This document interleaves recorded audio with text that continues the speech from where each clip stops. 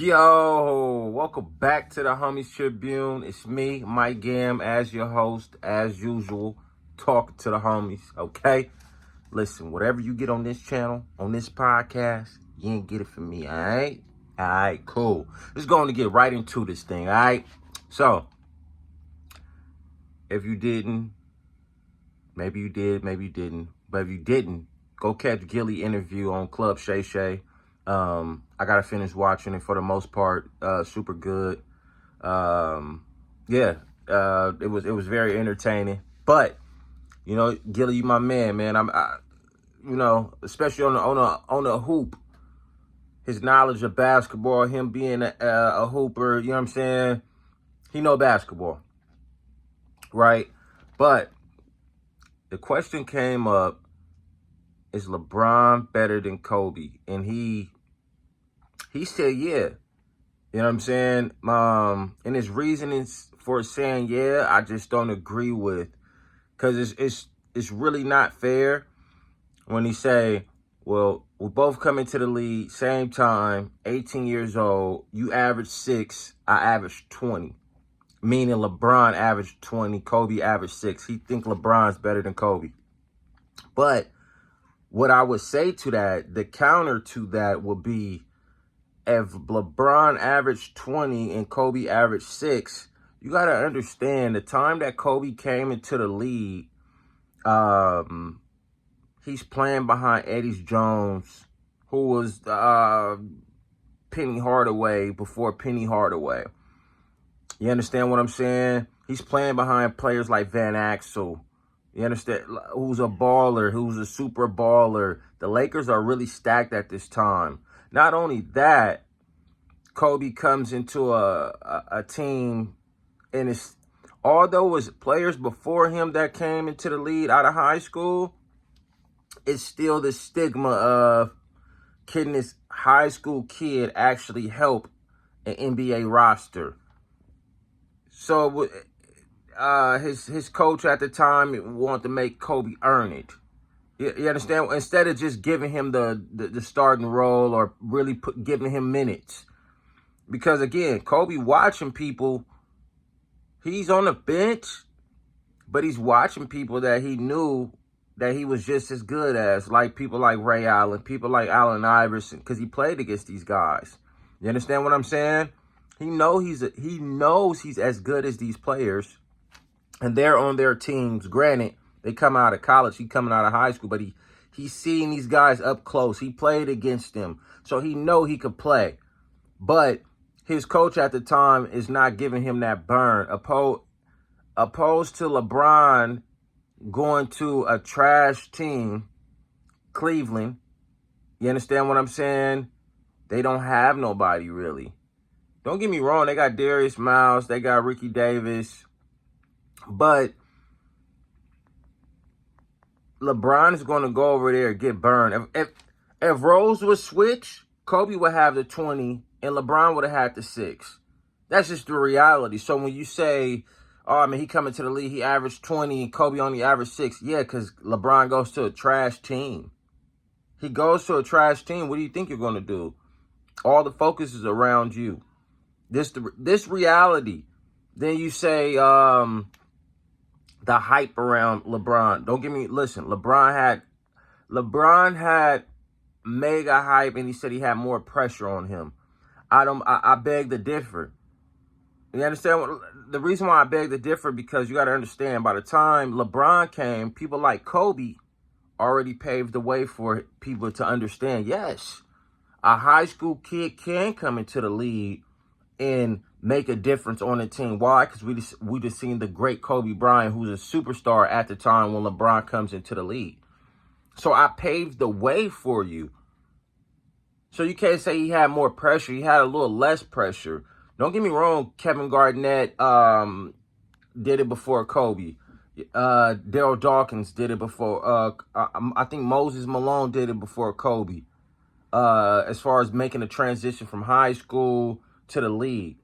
But people, when they think of high school players coming from high school to the league, you think of Kobe Bryant, first one, although people did it before him. So it's people like Kobe who paved the way for LeBron where I think his experience was a little bit easier. Although he had a lot of pressure, absolutely. ESPN, all the stuff, you know what I'm saying? Sports Illustrated, all that. But I think Kobe had more pressure on him because you had to come to a place like LA where, you know, they thinking of people like Magic Johnson, Showtime. You know, it's a lot going on. It's a big, Los Angeles is a big market, period. So I feel Kobe had more pressure. I'm just touching on all the little topics that he touched on. Or most of them. I'm trying to. What else did he say? Oh man, blasphemy, the disrespect. LeBron was better than Eddie Jones in 11th grade. He would have never backed up Eddie Jones. Really? Listen, the disrespect is crazy. We're not about to act like Eddie Jones was a scrub.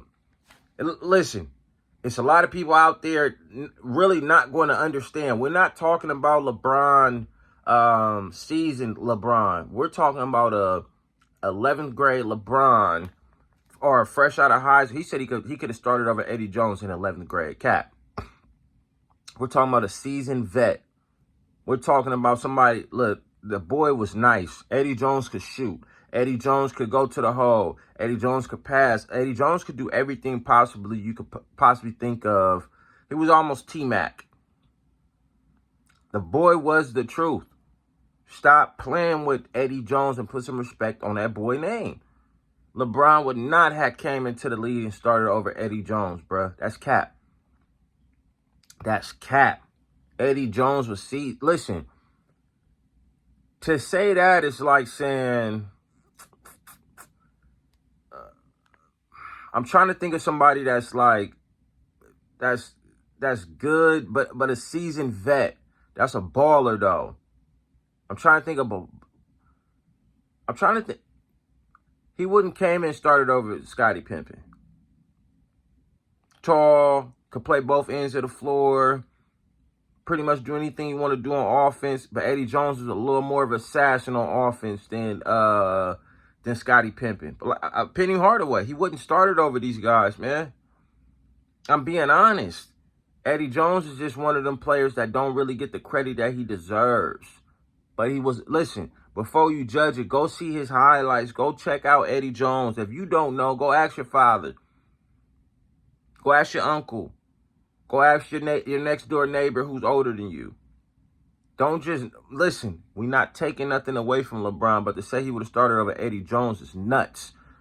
Then he went on to say LeBron's never been the second best player on his team. Cap. Listen, Cap. In them years in Miami, LeBron for sure wasn't the best player. Don't get me wrong, he became the best player, but that was Dwayne Wade running that show. Listen, that was Dwayne running that show. That was his team. So yeah, you were second best to him for sure. Then you said he was never robbing. Cap. That first year in Miami, he for sure was putting on the Robin suit. Wade was for sure Batman. What are we talking about here? Are we serious? Not okay. Because people get this twisted. When they say Kobe wasn't the best player on the team, that's cap. He for sure was the best player on the team when he played with Shaq. The reality of it, Shaq is the most dominant. Dominant. That's different. That's a difference. It's a difference. He was the most dominant. We talking about best. That's different, bro. It's different. Like Phil had to talk to Kobe to tone it down. Otherwise, we're going to lose the big man. And Kobe, when Shaq got hurt and Kobe was dropping 50-point games, 40-point games. When Shaq came back, he said he needed more touches. Why? Otherwise, we're going to lose a big fella. So Kobe had all capability of being the number one. Shaq is the most dominant player. LeBron's never played with the most dominant. You play with great players, but you never play with the most dominant player and still be a presence. Kobe did that. Just listen, we're not about to play them games like that, man, with Kobe Jelly Bean Bryant. But the reality of it is, LeBron has played with some really great players, but never played with the most dominant. There's a lot of great players that came into the NBA where you say, oh, he's dominant, but X, Y, and Z, blah, blah, blah, blah, right? I mean, that he's the best. Oh, this guy could be the best. He's the next. Well, Shaq is hands down the most dominant player that the NBA has ever seen. Hands down. Kobe played with that, bro. It's a difference, bro.